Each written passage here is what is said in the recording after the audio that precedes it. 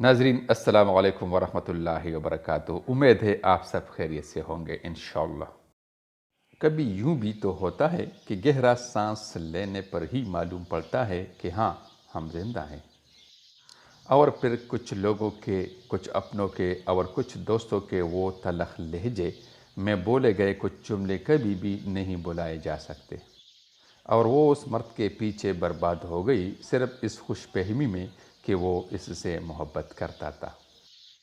ऐसे मर्द भी होते हैं जो मर्द तो सकते हैं मगर साथ नहीं छोड़ते, और ये सच्ची मोहब्बत होती है जो किसी के दिल में उतरती है।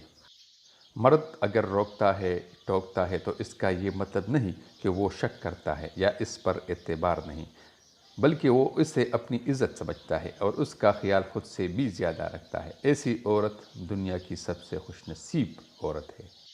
दाढ़ी और पर्दे के लिए इतनी दलील काफ़ी है कि कायनात के सबसे हसीन चेहरे पर दाढ़ी थी और कायनात की पाकीज़ा औरतों ने भी पर्दा किया। दुनिया में हर रिश्ता मतलब का जाना जाता है सिवाय माँ बाप के। जिस औरत को छोटी छोटी बातों पर गुस्सा आ जाता है वो औरत दिल की साफ होती है।